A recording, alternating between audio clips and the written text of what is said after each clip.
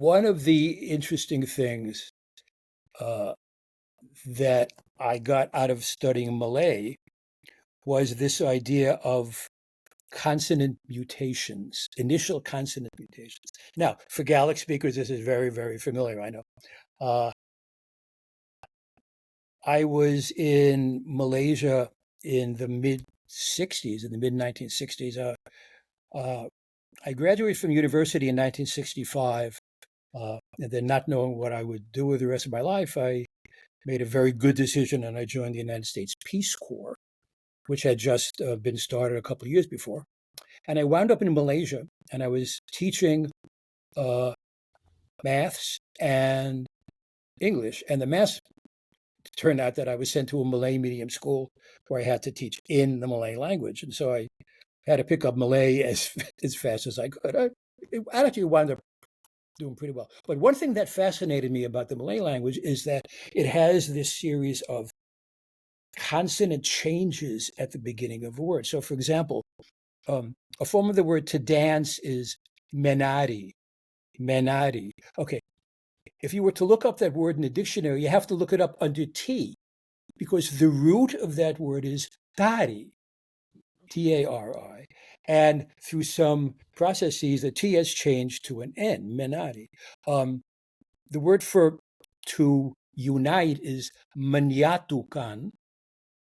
Under what letter do you look this up in the dictionary? Under S, because the root of menyatukan is satu. Satu means one, and menyatukan means to make one. So S has changed to nya, T has changed to N, and so on. So this kind of fascinated me. And then, many, many years later, jump cut to 1998, it was my first and only trip to Ireland. I decided I was going to learn a little bit of Irish.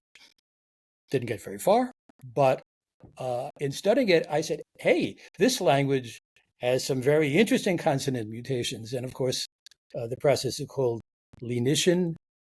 I gather that Irish has another one called eclipsis, which is not Yeah, found in Gaelic. But in anyway, some dialects only. Yeah. okay. But there too, consonants at the beginning of a word will change, sometimes rather radically.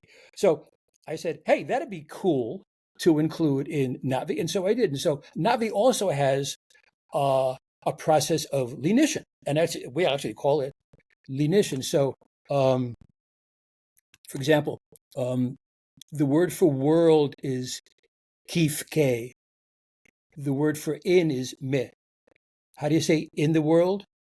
You think it'd be me kifke, but it's not. It's me hifke.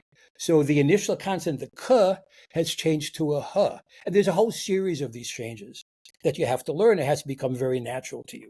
So there again, that's an example of something in my own language experience which I kind of like, and I incorporated it into the Navi grammatical system.